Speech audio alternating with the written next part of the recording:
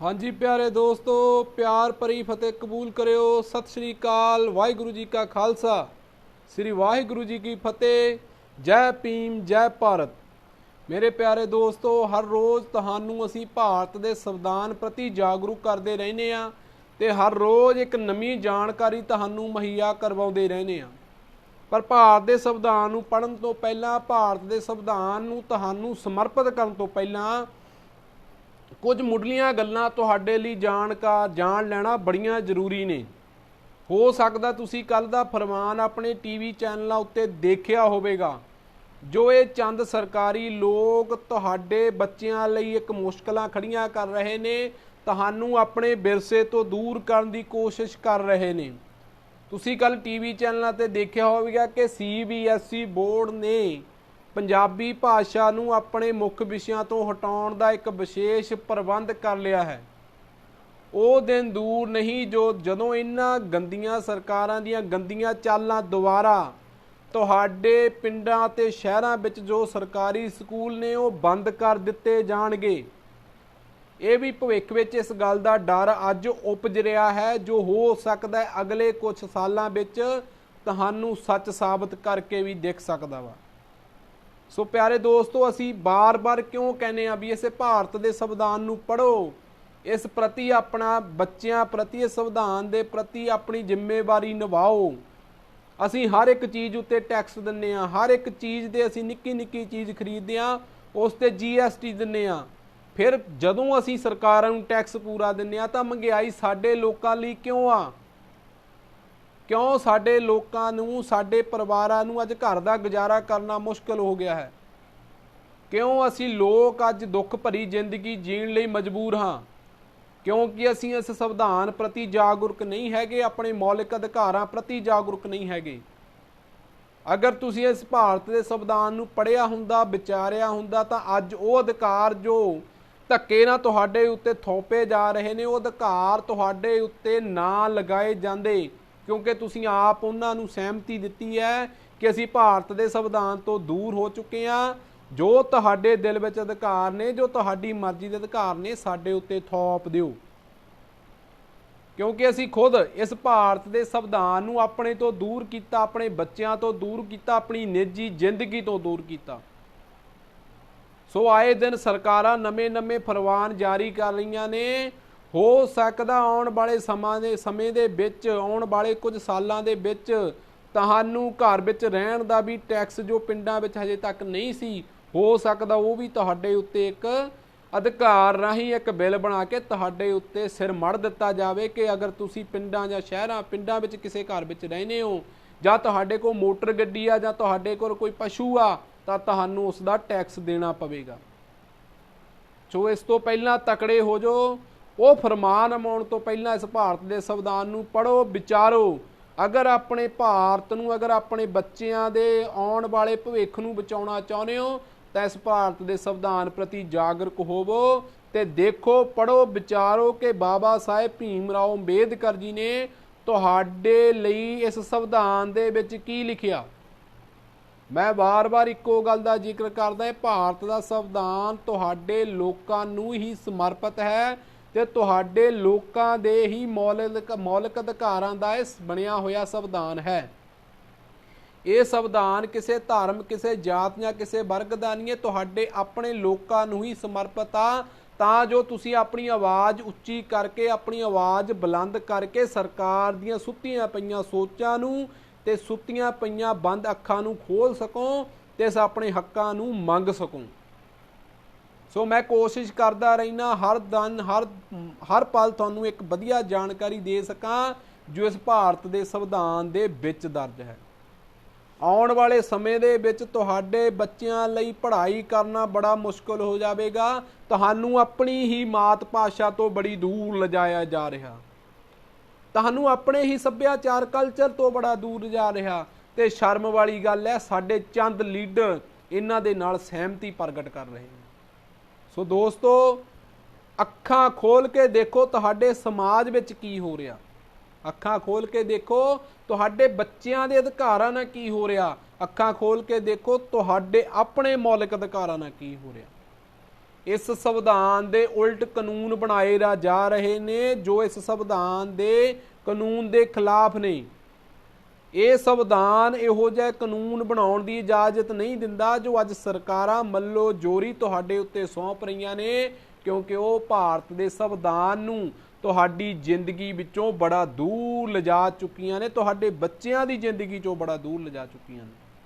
सो हथ जोड़ के ही बेनती है, भारत के संविधान नूं पढ़ो, विचारो ते अपनी निजी जिंदगी विच शामिल करो, ताकि तुहानूं अपने मौलिक अधिकारां प्रति पता लग सके कि साडी जिंदगी दे विच इस संविधान दी की समूलीयत आ। सो बहुतियां गल्लां नहीं करदे। अगर मेरी वीडियो तुहानूं वधिया लगदी आ जां मेरे आर्टिकल पढ़िआं दे नाल तुहानूं संतुष्टि मिलदी आ तां मेरे चैनल नूं सबसक्राइब करिया करो, ਵੱਧ ਤੋਂ ਵੱਧ लाइक शेयर भी करिया करो ताकि मैनूं होर हौसला मिलता रहे ਤਾਂ दिन प्रति दिन मैं तुहाडे अगे इस संविधान दे विचों एक नवीआं जानकारियां लैके आउंदा रहां। सो हुण तक असीं पढ़िआ वा जी आर्टिकल नंबर 181 तक। अज पढ़दे हां जी असीं आर्टिकल नंबर 182 विधान परिषद दा स्पीकर अते डिप्टी स्पीकर। जो साडी विधान परिषद आ जी उसका स्पीकर ते डिप्टी स्पीकर किद्दां नियुक्त हुंदा, उसका वेतन भत्ते जां उसके करतब्बां प्रति की कारज ने, वो तुहानूं आर्टिकल नंबर 182 विच पढ़न नूं मिल जाणगे। विधान परिषद वाले हरेक राज की विधान परिषद छेती तो छेती अपने 2 मैंबरां नूं स्पीकर अते डिप्टी स्पीकर चुनेगी जदों तक पद खाली होणगे, किसी होर मैंबर नूं इस पद लई चुनिया जावेगा। विधान सभा अपने राज दे विच काम काज नूं करन लई उन्हां नूं दिशा निर्देश देण लई जल्दी तो जल्दी एक स्पीकर ते एक डिप्टी स्पीकर नियुक्त करेगी जो उन्हां दे खाली पै पदां नूं भरेगी। जिन्ना चिर वो पद खाली हो जांदे ने उन्ना चिर वो डिप्टी स्पीकर ते स्पीकर दे पद नूं संभालण सकणगे जां किसी होर मैंबर नूं उन्हां दे पद उत्ते नियुक्त कर दिता जांदा जिन्ना टाइम स्पीकर ਜਾਂ डिप्टी स्पीकर चुनिया नहीं जाता। आर्टिकल नंबर 183 ਵਿੱਚ लिखिया जी इन्हां दोहां पदां नूं धारण करन वाला व्यक्ति जे विधान परिषद का मैंबर नहीं रहिंदा तां अपना पद खाली कर देवेगा। अगर जो कोई व्यक्ति स्पीकर जां डिप्टी स्पीकर का पद धारण करदा जो विधान सभा का मैंबर नहीं रहिंदा तां वो अपना पद खाली कर सकदा कि मैं इस तों बरखास्त ਜਾਂ ਬਰਖਾਸਤਮੀਨ ਜਾਂ ਆਪਣੇ ਅਹੁਦੇ ਨੂੰ ਤਿਆਗਣ ਲੱਗਿਆ। ਇਹ ਆਰਟੀਕਲ ਨੰਬਰ 183 ਵਿੱਚ ਵੀ ਪੜ੍ਹ ਸਕਦੇ ਹੋ ਤੁਸੀਂ। ਮੈਂ ਇੱਕ ਨਿੱਕੀ ਜੀ ਬੇਨਤੀ ਕਰਦਾ ਰਹਿਣਾ, ਅਗਰ ਤੁਸੀਂ ਮੇਰੇ ਆਰਟੀਕਲਾਂ ਪ੍ਰਤੀ ਜਾਂ ਸੰਤੁਸ਼ਟੀ ਨਹੀਂ ਅਨੁਭਵ ਕਰਦੇ ਤਾਂ ਤੁਹਾਡੇ ਹੱਥਾਂ ਦੇ ਵਿੱਚ ਹਰ ਪ੍ਰਕਾਰ ਦਾ ਉਪਕਰਨ ਮੁਹੱਈਆ ਤੁਸੀਂ ਆਪਣੇ ਮੋਬਾਈਲ ਦੇ ਵਿੱਚ ਗੂਗਲ ਦੇ ਵਿੱਚ ਜਾ ਕੇ ਭਾਰਤ ਦਾ ਸੰਵਿਧਾਨ ਲਿਖ ਕੇ ਉਸ ਨੂੰ ਹਿੰਦੀ ਪੰਜਾਬੀ ਇੰਗਲਿਸ਼ ਜਿਸ ਭਾਸ਼ਾ ਵਿੱਚ ਵੀ ਤੁਹਾਨੂੰ ਸਮਝ ਆਉਂਦਾ ਤਾਂ ਪੜ੍ਹ ਸਕਦੇ ਹੋ। कोशिश करो जो तुहाडी मातर भाषा तुसीं उस विच ही इसनूं पढ़न दी कोशिश करो ताकि तुहानूं शब्दां दे अनुवाद ते लफ्ज़ां दा सही समीकरण पता लग सके कि भारत दा संविधान सानूं की कहंदा ते डॉक्टर भीम राव अंबेडकर जी नूं संविधान दी बनाउण दी जरूरत क्यों पई ते साडे उपर जो अज अधिकार लागू होए ने उस संविधान दे उल्ट लागू क्यों हो रहे ने। किसी भी समय जे वो स्पीकर है जां डिप्टी स्पीकर नूं संबोधित करके जां डिप्टी स्पीकर है तो स्पीकर नूं संबोधित करके अपना अहुदा त्याग सकदा। अगर विधान परिषद का कोई स्पीकर आ जां डिप्टी स्पीकर आ, अगर उसने अपना अहुदा त्यागना जी अपने अहुदे तो त्याग देना जां अपने अहुदे तो अस्तीफा देना, डिप्टी स्पीकर सामने अपना अहुदा दे सकदा ते स्पीकर डिप्टी स्पीकर सामने अपना अहुदा दे सकदा, मीनज कि अपना त्याग पत्र दे सकदा। डिप्टी स्पीकर अगे अपना ते अस्तीफा दे सकदा ते स्पीकर डिप्टी स्पीकर अपने अस्तीफा दे सकदा अगे उसनूं ये अधिकार हुंदा वा। विधान परिषद दे उस समय कुल मैंबरां दे बहुमत नाल पास अते मते द्वारा अहुदे तो हटाया जा सकेगा। जो विधान सभा के कुल मैंबर ने जी उन्हां दी बहुमती दे नाल किसी स्पीकर जां डिप्टी स्पीकर नूं उसके अहुदे तो हटाया जा सकता वा। इसकी सूचना उन्होंने 14 दिन पहला देनी जरूरी हुंदी आ कि इसनूं असीं इसके अहुदे तो क्यों हटा रहे हैं जां इसके जो काम करन दीआं कारज प्रणालियां ने उस विच ਸਾਨੂੰ ਕੀ ਕਮੀਆਂ ਮਹਿਸੂਸ ਹੋ ਰਹੀਆਂ ਨੇ। ਅੱਗੇ ਪੜ੍ਹਦੇ ਹਾਂ ਜੀ ਆਰਟੀਕਲ ਨੰਬਰ 184।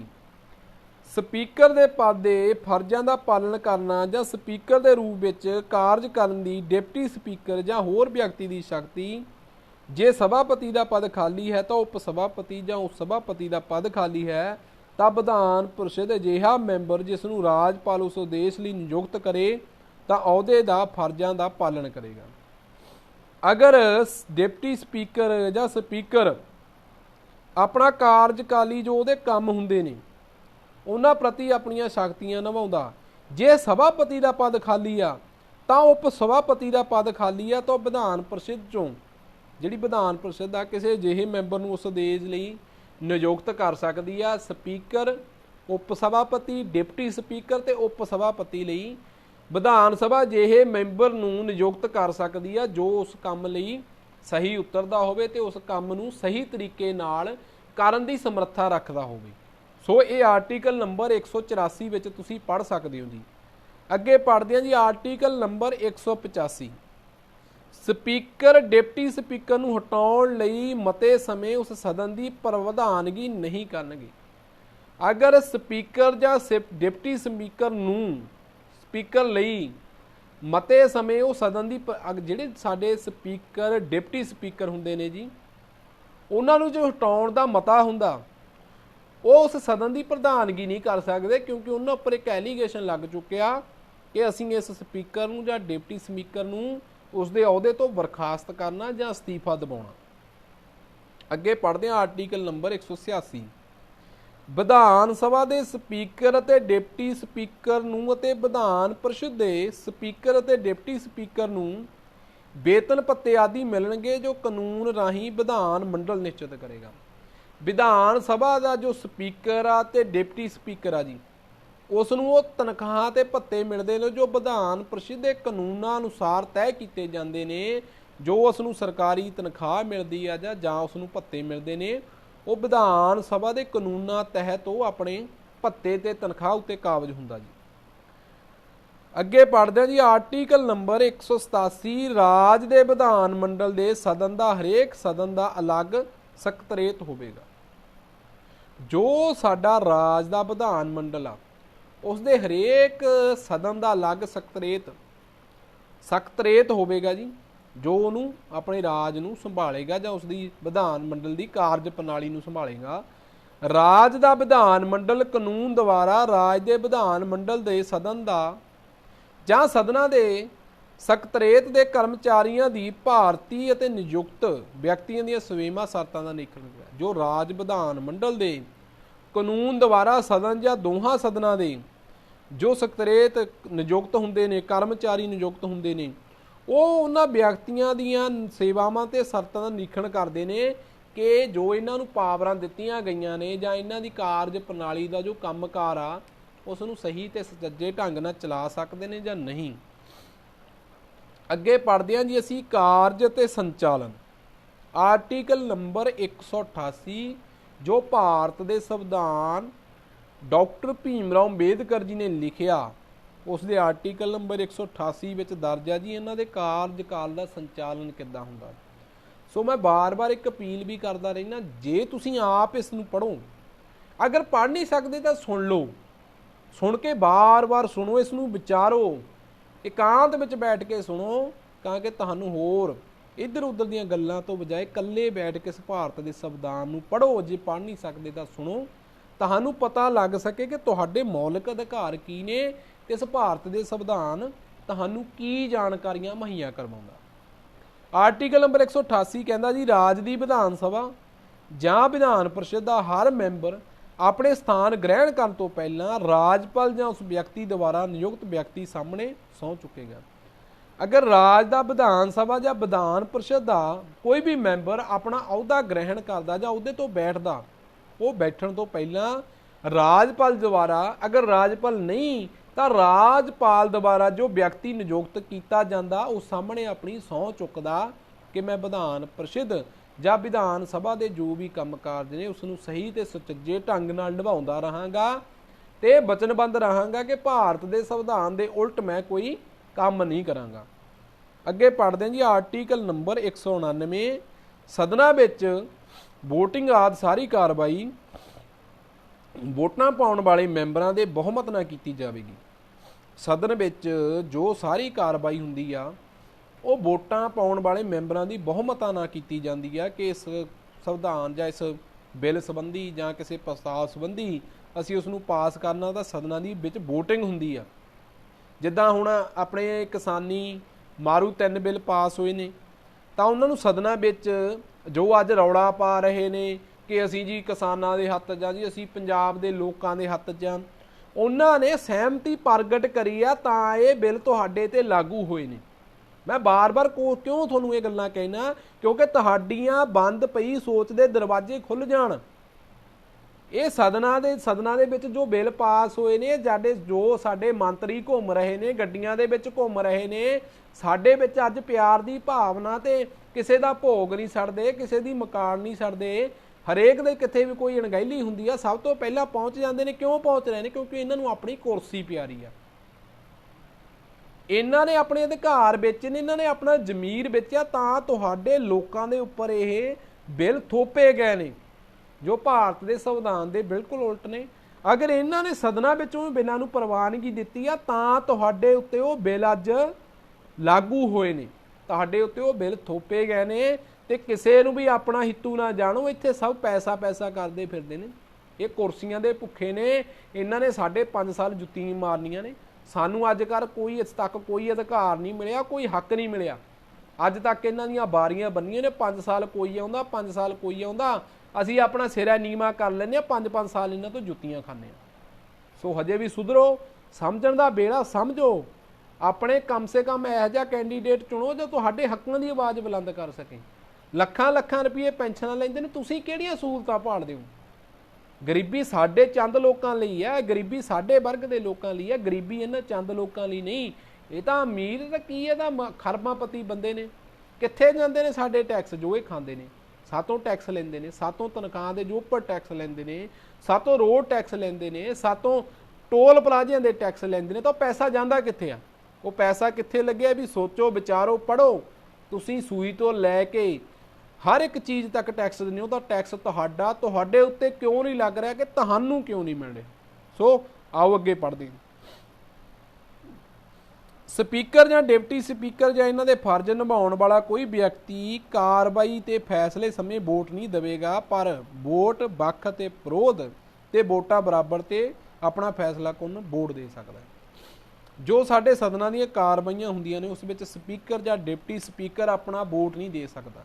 ਅਗਰ ਉਹਨਾਂ ਦੇ ਸਦਨਾਂ ਦੇ ਵਿੱਚ ਜੋ ਵੋਟਾਂ ਬਰਾਬਰ ਹੋ ਜਾਂਦੀਆਂ ਨੇ ਤਾਂ ਉਹਨਾਂ ਵਿੱਚ ਇੱਕ ਫੈਸਲਾ ਕੁਨ ਵੋਟ ਸਪੀਕਰ ਜਾਂ ਡਿਪਟੀ ਸਪੀਕਰ ਦੇ ਸਕਦਾ, ਤੇ ਉਹ ਕਿਸ ਸਦਨ ਦੇ ਨਾਲ ਬਹੁਮਤ ਪ੍ਰਗਟ ਕਰਦਾ ਤੇ ਸਦਨ ਨੇ ਜੋ ਸਾਨੂੰ ਕਿਹਾ ਜਾਂ ਸਾਡੇ ਦੇ ਕੰਮਕਾਜ ਲਈ ਸਾਡੇ ਅੱਗੇ ਪ੍ਰਸਤਾਵ ਰੱਖਿਆ ਕਿ ਸਹੀ ਆ ਜਾਂ ਗਲਤ ਆ।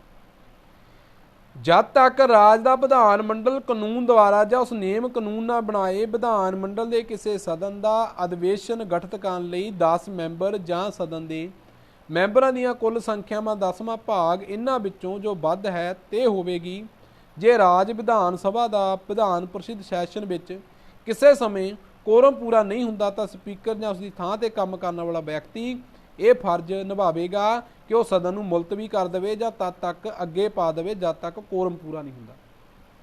ਅਗਰ ਵਿਧਾਨ ਮੰਡਲ ਦੇ ਵਿੱਚ ਵਿਧਾਨ ਸਭਾ ਦੇ ਵਿੱਚ ਕਿਸੇ ਸਦਨਾਂ ਵਿੱਚ ਜੋ ਅਧਿਵੇਸ਼ਨ ਗਠਿਤ ਲਈ ਗਿਣਤੀ ਜਿਨ੍ਹਾਂ ਦੀ 10 ਮੈਂਬਰਾਂ ਦਾ ਸਦਨ ਹੁੰਦਾ, ਕੁੱਲ ਸੰਖਿਆ ਹੁੰਦਾ, 10ਵਾਂ ਭਾਗ ਹੁੰਦਾ, ਇਹਨਾਂ ਵਿੱਚੋਂ ਅਗਰ ਦੋਨਾਂ ਸਦਨਾਂ 'ਚ ਕਿਸੇ ਦੀ ਸਹਿਮਤੀ ਨਹੀਂ ਹੁੰਦੀ ਜਾਂ ਰੌਲਾ ਰੱਪਾ ਪੈਂਦਾ ਜਾਂ ਸਪੀਕਰ ਨੂੰ ਜਾਂ ਡਿਪਟੀ ਸਪੀਕਰ ਨੂੰ ਉਹਨਾਂ ਪ੍ਰਤੀ ਆਪਣਾ ਜੋ ਹਿੱਤ ਲੱਗਦਾ, ਮੀਨਜ਼ ਕਿ ਉਹਨਾਂ ਪ੍ਰਤੀ ਆਪਣੇ ਆਪ ਦੀ ਸਹਿਮਤੀ ਮਹਿਸੂਸ ਨਹੀਂ ਕਰਦਾ, ਤਾਂ ਉਹ ਸਦਨ ਮੁਲਤਵੀ ਕਰ ਦਿੰਦਾ ਤੇ ਸਦਨ ਨੂੰ ਅੱਗੇ ਪਾਉਂਦਾ ਜਦੋਂ ਤੱਕ ਉਹਦੇ ਪੂਰੇ ਇੱਕ ਵਿਸਥਾਰ, ਉਹਦੇ ਅੱਗੇ ਪੂਰਾ ਬਾਇਓਡਾਟਾ ਨਹੀਂ ਦਿੱਤਾ ਜਾਂਦਾ ਕਿ ਅਸੀਂ ਜੋ ਪ੍ਰਸਤਾਵ ਜਾਂ ਜੋ ਬਿੱਲ ਲਾਗੂ ਕਰ ਰਹੇ ਹਾਂ ਇਸ ਸੰਬੰਧੀ ਤੁਹਾਡੀ ਸਹਿਮਤੀ ਕੀ ਆ, ਕੀ ਇਹ ਬਿੱਲ ਤੁਹਾਡੇ ਹਿੱਤ ਵਿੱਚ ਨੇ ਜਾਂ ਨਹੀਂ।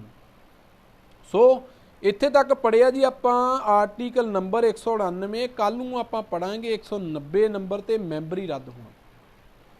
ਮੈਂ ਤੁਹਾਨੂੰ ਬਾਰ-ਬਾਰ ਇੱਕੋ ਹੀ ਬੇਨਤੀ ਕਰਦਾ, ਮੈਂ ਤੁਹਾਨੂੰ ਬਾਰ-ਬਾਰ ਇੱਕੋ ਹੀ ਅਰਜ਼ ਕਰਦਾ, ਮੈਂ ਭਾਰਤ ਦੇ ਸੰਵਿਧਾਨ ਨੂੰ ਜੋ ਬਾਬਾ ਸਾਹਿਬ ਭੀਮਰਾਓ ਅੰਬੇਦਕਰ ਜੀ ਨੇ ਲਿਖਿਆ ਉਸ ਨੂੰ ਥੋੜਾ ਥੋੜਾ ਪੜ੍ਹ ਕੇ ਇਸ ਲਈ ਸੁਣਾਉਣਾ ਤਾਂ ਕਿ ਜਿੰਨੇ ਵੀ ਆਰਟੀਕਲ ਨੇ ਤੁਸੀਂ ਉਸ ਸੰਬੰਧੀ ਆਪਣੀ ਸੰਤੁਸ਼ਟੀ ਪ੍ਰਗਟ ਕਰ ਸਕੋ ਕਿ ਜੋ ਮੈਨੂੰ ਇਸ ਨੇ ਪੜ੍ਹ ਕੇ ਸੁਣਾਇਆ ਮੈਂ ਉਸ ਪ੍ਰਤੀ ਸੰਤੁਸ਼ਟ ਹਾਂ।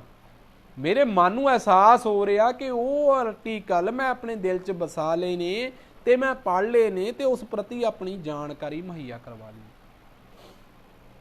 ਸੋ ਪਿਆਰੇ ਦੋਸਤੋ, ਜੋ ਤੁਹਾਡੇ ਹੱਕਾਂ ਉੱਤੇ ਡਾਕੇ ਪੈ ਰਹੇ ਨੇ, ਜੋ ਇਹ ਚੰਦ ਸਰਕਾਰਾਂ ਤੁਹਾਡੇ ਉੱਤੇ ਜ਼ਬਰਦਸਤੀ ਕਾਨੂੰਨ ਲਾਗੂ ਕਰ ਰਹੀਆਂ ਨੇ, ਸੋ ਅਗਰ ਉਹਨਾਂ ਕਾਨੂੰਨਾਂ ਤੋਂ ਬਚਣਾ ਚਾਹੁੰਦੇ ਹੋ ਜਾਂ ਉਹਨਾਂ ਕਾਨੂੰਨਾਂ ਨੂੰ ਨਕਾਰਨਾ ਚਾਹੁੰਦੇ ਹੋ ਜਾਂ ਉਹਨਾਂ ਕਾਨੂੰਨਾਂ ਪ੍ਰਤੀ ਆਪਣੀ ਆਵਾਜ਼ ਬੁਲੰਦ ਕਰਨਾ ਚਾਹੁੰਦੇ ਹੋ ਤਾਂ ਤੁਹਾਡੇ ਕੋਲ ਇੱਕੋ ਇੱਕ ਹਥਿਆਰ ਹੈ। ਤੁਹਾਡੇ ਕੋਲ ਡਾਕਟਰ ਭੀਮਰਾਓ ਅੰਬੇਦਕਰ ਜੀ ਦੀ ਕਲਮ ਨਾਲ ਲਿਖਿਆ ਭਾਰਤ ਦਾ ਸੰਵਿਧਾਨ ਜੋ ਤੁਹਾਡੇ ਕੋਲ ਹਥਿਆਰ ਹੈ। ਤੁਸੀਂ ਇਸ ਨੂੰ ਹੱਥ ਵਿੱਚ ਫੜ ਕੇ ਕਿਸੇ ਵੀ ਮੰਤਰੀ ਕੋਲ, ਕਿਸੇ ਵੀ ਰਾਜ ਦੀ ਵਿਧਾਨ ਸਭਾ ਜਾਂ ਪ੍ਰਧਾਨ ਮੰਤਰੀ ਜਾਂ ਮੁੱਖ ਮੰਤਰੀ ਜਾਂ ਰਾਸ਼ਟਰਪਤੀ ਦੇ ਸਾਹਮਣੇ ਗੱਲ ਕਰ ਸਕਦੇ ਹੋ ਕਿ ਜੋ ਤੁਸੀਂ ਕਾਨੂੰਨ ਸਾਡੇ ਤੇ ਲਾਗੂ ਕਰੇ ਨੇ ਉਹ ਇਸ ਭਾਰਤ ਦੇ ਸੰਵਿਧਾਨ ਦੇ ਉਲਟ ਨੇ ਤੇ ਉਹ ਕਾਨੂੰਨ ਸਾਨੂੰ ਮਨਜ਼ੂਰ ਨਹੀਂ। ਆਪਣੀ ਆਵਾਜ਼ ਬੁਲੰਦ ਕਰੋ ਤਾਂ ਕਿ ਤੁਹਾਡੀਆਂ ਪੀੜ੍ਹੀਆਂ ਸੁੱਖ ਦੀ ਨੀਂਦ ਸੌ ਸਕਣ। ਤੁਹਾਡੇ ਬੱਚਿਆਂ ਦੇ ਸੁਪਨੇ ਵੇਚ ਰਹੇ ਨੇ, ਤੁਹਾਡੇ ਬੱਚਿਆਂ ਦਾ ਭਵਿੱਖ ਵੇਚ ਰਹੇ ਨੇ। ਮੈਂ ਬਾਰ-ਬਾਰ ਕਹਿਣਾ, ਕੱਲ ਦੀ ਟੀਵੀ ਚੈਨਲਾਂ ਦੇ ਵਿੱਚ ਨਿਊਜ਼ ਪੜ੍ਹ ਲਿਓ ਕਿ CBSE ਬੋਰਡ ਦੇ ਵਿੱਚੋਂ ਪੰਜਾਬੀ ਵਿਸ਼ੇ ਨੂੰ ਮੁੱਖ ਵਿਸ਼ੇ ਵਿੱਚੋਂ ਹਟਾ ਦਿੱਤਾ ਗਿਆ ਹੈ। ਹੌਲੀ ਹੌਲੀ ਉਹਨਾਂ ਨੇ ਤੁਹਾਡੇ ਪਿੰਡਾਂ ਤੇ ਸ਼ਹਿਰਾਂ ਤੇ ਕਸਬਿਆਂ ਵਿੱਚ ਜੋ ਸਰਕਾਰੀ ਸਕੂਲ ਨੇ, ਜੋ ਸਾਡੇ ਵਰਗੇ ਗਰੀਬ ਪਰਿਵਾਰਾਂ ਦੇ ਬੱਚੇ ਪੜ੍ਹਦੇ ਨੇ, ਉਹ ਵੀ ਆਪਣੀ ਮੁੱਢਲੀ ਸਿੱਖਿਆ ਲਈ ਸਰਕਾਰੀ ਸਕੂਲਾਂ ਵਿੱਚ ਨਹੀਂ ਪੜ੍ਹ ਸਕਣਗੇ ਕਿਉਂਕਿ ਇਹਨਾਂ ਨੇ ਸਰਕਾਰੀ ਸਕੂਲ ਹੀ ਖਤਮ ਕਰ ਦੇਣੇ ਆ। ਸਾਡੇ ਇੱਥੇ ਹਰ ਜਾਤ ਧਰਮ, ਹਰ ਜਾਤ, ਹਰ ਵਰਗ ਇੱਕ ਸਮਾਨਤਾ ਨਾਲ ਰਹਿੰਦਾ। ਹਿੰਦੂ, ਮੁਸਲਿਮ, ਸਿੱਖ ਭਾਈਚਾਰਾ, ਈਸਾਈ ਭਾਈਚਾਰਾ ਸਾਡੇ ਭਾਈ ਨੇ। ਸਾਡੇ ਤੇ ਪ੍ਰਮਾਤਮਾ ਨੇ ਕੋਈ ਮੋਹਰ ਨਹੀਂ ਲਾਈ ਕਿ ਤੂੰ ਹਿੰਦੂ ਆ, ਤੂੰ ਮੁਸਲਿਮ ਆ, ਤੂੰ ਸਿੱਖ ਆ, ਤੂੰ ਈਸਾਈ ਆ। ਅਸੀਂ ਇੱਕ ਹੀ ਮਜ਼ਹਬ ਦੇ ਲੋਕ ਆ, ਸਾਡਾ ਇੱਕੋ ਹੀ ਧਰਮ ਆ, ਅਸੀਂ ਇਨਸਾਨੀਅਤ ਦੇ ਵਿੱਚ ਰਹਿੰਦੇ ਆ। ਤਾਂ ਇਹ ਕਿਉਂ ਚੰਦ ਲੋਕ ਸਾਨੂੰ ਧਰਮ ਦੇ ਵਿਸ਼ਿਆਂ ਤੇ ਭੜਕਾਉਂਦੇ ਨੇ? ਅਸੀਂ ਕਿਉਂ ਉਹਨਾਂ ਦੇ ਪਿੱਛੇ ਲੱਗਦੇ ਆ? ਅਸੀਂ ਕਿਉਂ ਨਹੀਂ ਆਪਣੀ ਆਵਾਜ਼ ਬੁਲੰਦ ਕਰਦੇ? ਵੀਰੋ ਉੱਠੋ, ਅੱਜ ਜਾਗਣ ਦੀ ਲੋੜ ਹੈ। ਤੁਹਾਡੇ ਸੁਪਨਿਆਂ ਤੇ ਡਾਕੇ ਪੈ ਰਹੇ ਨੇ, ਤੁਹਾਡੇ ਘਰਾਂ ਵਿੱਚ ਡਾਕੇ ਪੈ ਰਹੇ ਨੇ। ਤੁਹਾਨੂੰ ਸਮਝ ਕਿਉਂ ਨਹੀਂ ਆ ਰਹੀ? ਜਦੋਂ ਤੁਹਾਡੇ ਘਰ ਲੁੱਟੇ ਗਏ ਫੇਰ ਤੁਸੀਂ ਬੰਦ ਪਈਆਂ ਅੱਖਾਂ ਨੂੰ ਖੋਲੋਗੇ। ਮੈਂ ਬਾਰ-ਬਾਰ ਹਰ ਰੋਜ਼ ਇੱਕੋ ਹੀ ਬੇਨਤੀ ਕਰਦਾ, ਆਪਣੇ ਬੱਚਿਆਂ ਨੂੰ ਨਰਕ ਭਰੀ ਮੌਤ ਦੀ ਜ਼ਿੰਦਗੀ ਨਾ ਦਿਓ। ਕਿਉਂ ਸਾਡੇ ਬੱਚਿਆਂ ਨੂੰ ਅੱਜ ਸਾਡਾ ਦੇਸ਼ ਛੱਡ ਕੇ ਬਾਹਰਲੇ ਮੁਲਕਾਂ 'ਚ ਜਾਣਾ ਪੈ ਰਿਹਾ? ਕਿਉਂਕਿ ਉਹਨਾਂ ਨੂੰ ਪਤਾ ਅਗਰ ਅਸੀਂ ਇੱਥੇ ਰਹਿ ਗਏ ਤਾਂ ਸਾਡੇ ਅਧਿਕਾਰ ਸਾਨੂੰ ਨਹੀਂ ਮਿਲਣੇ, ਕਿਉਂਕਿ ਇਹ ਚੰਦ ਲੋਕ ਸਾਡੇ ਉੱਤੇ ਕਾਬਜ਼ ਨੇ। ਸਾਡੇ ਦੇਸ਼ ਵਿੱਚ ਪੈਸੇ ਦੀ ਕਮੀ ਨਹੀਂ, ਕਿਸੇ ਸਾਧਨ ਦੀ ਕਮੀ ਨਹੀਂ। ਸ਼ਰਮ ਦੀ ਗੱਲ ਇੰਨੀ ਕਾ ਕਿ ਪੈਸਾ ਸਿਰਫ ਚੰਦ ਲੋਕਾਂ ਕੋਲ ਆ। ਸਾਡੇ ਏਅਰਪੋਰਟ ਵੇਗੇ, ਸਾਡੀਆਂ ਸਰਕਾਰੀਆਂ ਪ੍ਰਾਪਰਟੀਆਂ ਵੇਗੀਆਂ, ਸਾਡੇ ਪਿੰਡਾਂ ਵਿੱਚ ਪਈਆਂ ਸ਼ਾਮਲਾਟਾਂ ਵੇਗੀਆਂ, ਸਾਡੇ ਪਿੰਡਾਂ ਵਿੱਚ ਜੋ ਸਾਡੇ ਲਈ ਅਧਿਕਾਰ ਸੀ ਉਹ ਵੇਗੇ। ਹੁਣ ਇਹ ਸਾਨੂੰ ਵੀ ਵੇਚ ਦੇਣਗੇ। ਇਹਨਾਂ ਕਿਉਂ ਸਾਨੂੰ ਨਹੀਂ ਵੇਚ ਸਕਦੇ? ਕਿਉਂਕਿ ਭਾਰਤ ਇਹਨਾਂ ਲੋਕਾਂ ਦੇ ਹੱਥ ਵਿੱਚ ਹੈ, ਸੱਤਾ ਇਹਨਾਂ ਦੇ ਲੋਕਾਂ ਦੇ ਹੱਥ ਵਿੱਚ। ਇਹ ਤੁਹਾਨੂੰ ਘਰ ਬੈਠਿਆਂ ਨੂੰ ਵੇਚ ਦੇਣਗੇ। ਸੋ ਖੋਲੋ, ਆਪਣੀਆਂ ਅੱਖਾਂ ਨੂੰ ਖੋਲੋ, ਦੇਖੋ ਤੁਹਾਡੇ ਸਮਾਜ ਵਿੱਚ ਕੀ ਹੋ ਰਿਹਾ। ਆਪਣੇ ਪਰਿਵਾਰ ਤੋਂ ਬਾਹਰ ਆਓ, ਆਪਣੇ ਬੱਚਿਆਂ ਦੀ ਜ਼ਿੰਦਗੀ ਚੋਂ ਬਾਹਰ ਆ ਕੇ ਦੇਖੋ ਤੁਹਾਡੇ ਸਮਾਜ ਵਿੱਚ ਕੀ ਹੋ ਰਿਹਾ। ਜੋ ਜ਼ਿੰਦਗੀ ਤੁਹਾਡੇ ਬੱਚਿਆਂ ਨੇ ਸਮਾਜ ਵਿੱਚ ਬਤੀਤ ਕਰਨੀ ਆ, ਦੇਖੋ ਤੁਹਾਨੂੰ ਉਹ ਵਾਤਾਵਰਨ ਤੁਹਾਡੇ ਬੱਚਿਆਂ ਲਈ ਸਹੀ ਲੱਗਦਾ ਜਾਂ ਨਹੀਂ। ਹੱਥ ਜੋੜ ਕੇ ਬੇਨਤੀਆਂ ਨੇ, ਇਸ ਭਾਰਤ ਦੇ ਸੰਵਿਧਾਨ ਨੂੰ ਆਪਣੀ ਜ਼ਿੰਦਗੀ ਵਿੱਚ ਸ਼ਾਮਲ ਕਰੋ, ਆਪਣੀ ਨਿੱਜੀ ਜ਼ਿੰਦਗੀ ਵਿੱਚ ਸ਼ਾਮਲ ਕਰੋ, ਆਪਣੇ ਬੱਚਿਆਂ ਦੀ ਸਕੂਲੀ ਜ਼ਿੰਦਗੀ ਵਿੱਚ ਸ਼ਾਮਲ ਕਰੋ। ਕਮ ਸੇ ਕਮ ਇਹ ਗੱਲ ਤਾਂ ਪੁੱਛੋ, ਜੇ ਸਕੂਲ ਵਿੱਚ ਤੁਹਾਡਾ ਬੱਚਾ ਪੜ੍ਹਦਾ, ਉਸ ਸਕੂਲ ਦੇ ਵਿੱਚ ਭਾਰਤ ਦਾ ਸੰਵਿਧਾਨ ਪੜ੍ਹਾਇਆ ਜਾਂਦਾ ਜਾਂ ਨਹੀਂ। ਅਗਰ ਹੋਰ ਲਟਰਮ ਪਟਰਮ ਚੀਜ਼ਾਂ ਸਾਡੇ ਸਕੂਲਾਂ ਵਿੱਚ ਪੜ੍ਹਾਈਆਂ ਜਾ ਸਕਦੀਆਂ ਨੇ ਤਾਂ ਇਹ ਭਾਰਤ ਦਾ ਸੰਵਿਧਾਨ ਕਿਉਂ ਨਹੀਂ ਪੜ੍ਹਾਇਆ ਜਾ ਸਕਦਾ, ਜਿਸ ਨੇ ਸਾਨੂੰ ਵੋਟ ਪਾਉਣ ਦਾ ਅਧਿਕਾਰ ਦਿੱਤਾ, ਜਿਸ ਨੇ ਸਾਨੂੰ ਪੜ੍ਹਾਈ ਕਰਨ ਦਾ ਅਧਿਕਾਰ ਦਿੱਤਾ, ਜਿਸ ਨੇ ਸਾਨੂੰ ਘਰਾਂ ਵਿੱਚ ਰਹਿਣ ਤੇ ਖੁਸ਼ਹਾਲ ਰਹਿਣ ਦਾ ਅਧਿਕਾਰ ਦਿੱਤਾ। ਸੋ ਪਿਆਰੇ ਦੋਸਤੋ, ਅੱਜ ਵੀ ਸਾਡੀ ਤਰਾਸਦੀ ਰਹੀ ਆ, ਸਾਡੇ ਲਈ ਸ਼ਰਮ ਵਾਲੀ ਗੱਲ ਰਹੀ ਆ। ਅਸੀਂ ਦੂਜੇ ਦੇ ਘਰ ਲੱਗੀ ਅੱਗ ਦੇਖ ਕੇ ਚੁੱਪ ਕਰ ਜਾਂਦੇ, ਇਹ ਨਹੀਂ ਸੋਚਦੇ ਉਹ ਅੱਗ ਅੱਜ ਨਹੀਂ ਤਾਂ ਕੱਲ, ਕੱਲ ਨਹੀਂ ਤਾਂ ਪਰਸੋਂ ਸਾਡੇ ਘਰ ਵੀ ਜ਼ਰੂਰ ਲੱਗੇਗੀ। ਇਹ ਅੱਗ ਕਦ ਸਾਡੇ ਘਰਾਂ 'ਚ ਆ ਪਹੁੰਚੇਗੀ ਤੁਹਾਨੂੰ ਪਤਾ ਨਹੀਂ ਲੱਗੇਗਾ, ਕਦ ਤੁਹਾਡੇ ਦਿਲਾਂ ਨੂੰ ਛੇਦ ਦੇਵੇਗੀ ਤੁਹਾਨੂੰ ਪਤਾ ਨਹੀਂ ਲੱਗੇਗਾ, ਤਾਂ ਤੁਹਾਡੇ ਬੱਚਿਆਂ ਨੂੰ ਇਹ ਮੌਤ ਭਰੀ ਨਰਕ ਦੀ ਜ਼ਿੰਦਗੀ ਦੇ ਦੇਣਗੇ, ਤੁਹਾਨੂੰ ਪਤਾ ਨਹੀਂ ਲੱਗੇਗਾ। ਅੱਜ ਤੁਸੀਂ ਆਪਣੀ ਆਵਾਜ਼ ਨਹੀਂ ਬੁਲੰਦ ਕਰ ਸਕਦੇ, ਕਿਸੇ ਸਰਕਾਰੀ ਜਗ੍ਹਾ ਤੇ ਖੜ ਕੇ ਗੱਲ ਨਹੀਂ ਕਰ ਸਕਦੇ, ਕਿਉਂਕਿ ਕਾਨੂੰਨ ਸਿਰਫ ਅਮੀਰ ਘਰਾਣਿਆਂ ਲਈ ਰਹਿ ਗਿਆ, ਗਰੀਬ ਲਈ ਤਾਂ ਕਿ ਗਰੀਬ ਦੇ ਹਿੱਸੇ ਸਿਰਫ ਇੱਕ ਜੁੱਤੀ ਆਈ ਹੈ ਜੋ ਉਸਦੇ ਸਿਰ ਤੇ ਪੈਂਦੀ ਹੈ। ਸੋ ਤੁਹਾਡੀ ਜੁੱਤੀ ਅਗਰ ਤੁਸੀਂ ਚਾਹੁੰਦੇ ਹੋ ਨਾ ਮੰਤਰੀਆਂ ਦੇ ਮੂੰਹ ਤੇ ਵੱਜੇ, ਉਹਨਾਂ ਲੀਡਰਾਂ ਦੇ ਮੂੰਹ ਤੇ ਵੱਜੇ, ਤਾਂ ਸੰਵਿਧਾਨ ਨੂੰ ਆਪਣਾ ਹਥਿਆਰ ਬਣਾਓ, ਇਸ ਕਲਮ ਨੂੰ ਆਪਣਾ ਹਥਿਆਰ ਬਣਾਓ, ਜਿਸ ਕਲਮ ਰਾਹੀਂ ਇਸ ਸੰਵਿਧਾਨ ਨੂੰ ਬਾਬਾ ਭੀਮ ਰਾਓ ਅੰਬੇਦਕਰ ਜੀ ਨੇ ਲਿਖਿਆ। ਉਹਨਾਂ ਨੇ ਤੁਹਾਨੂੰ ਅਧਿਕਾਰ ਵੀ ਹੱਕ ਵੀ ਲੈ ਕੇ ਦਿੱਤੇ ਨੇ ਕਿ ਤੁਸੀਂ ਆਪਣੀ ਆਵਾਜ਼ ਬੁਲੰਦ ਕਰ ਸਕੋ। ਸੋ ਬਹੁਤੀਆਂ ਗੱਲਾਂ ਨਹੀਂ ਕਰਦੇ। ਅਗਰ ਮੇਰੇ ਕੋਲੋਂ ਬੋਲਦੇ ਸਮੇਂ ਜਾਂ ਗੁਰਬਾਣੀ ਕਰਦੇ, ਗੁਰਬਾਣੀ ਦੀ ਕੋ ਸਤਰਾ ਪੜ੍ਹਦੇ ਸਮੇਂ ਜਾਂ ਕਿਸੇ ਵਰਗ ਸੰਬੰਧੀ, ਕਿਸੇ ਧਰਮ ਸੰਬੰਧੀ, ਮੈਂ ਤਾਂ ਕੋਈ ਕਹਿੰਦਾ ਨਹੀਂ ਵੀ ਇੱਥੇ ਕਿਸੇ ਦਾ ਧਰਮ, ਅਗਰ ਫਿਰ ਵੀ ਕਿਸੇ ਦੀਆਂ ਧਾਰਮਿਕ ਭਾਵਨਾਵਾਂ ਨੂੰ ਠੇਸ ਪਹੁੰਚਦੀ ਆ ਜਾਂ ਕੋਈ ਗੱਲ ਇੱਧਰ ਉੱਧਰ ਦੀਆਂ ਕਰ ਗਿਆ ਹੋਵਾਂ, ਜਾਂ ਸੰਵਿਧਾਨ ਪੜ੍ਹਦੇ ਸਮੇਂ ਉਹਦੇ ਸ਼ਬਦਾਂ ਦਾ ਅਨੁਵਾਦ ਕਰਦੇ ਸਮੇਂ ਮੇਰੇ ਲਫ਼ਜ਼ ਇੱਧਰ ਉੱਧਰ ਹੋ ਗਏ ਹੋਣ, ਤਾਂ ਆਪਣਾ ਬੱਚੇ ਸਮਝ ਕੇ ਮਾਫ਼ ਕਰ ਦਿਓ, ਮੈਂ ਮਾਫ਼ੀ ਦਾ ਜਾਚਕ ਹਾਂ। ਪਿਆਰ ਭਰੀ ਫਤਿਹ ਕਬੂਲ ਕਰਿਓ। ਸਤਿ ਸ੍ਰੀ ਅਕਾਲ। ਵਾਹਿਗੁਰੂ ਜੀ ਕਾ ਖਾਲਸਾ, ਵਾਹਿਗੁਰੂ ਜੀ ਕੀ ਫਤਿਹ।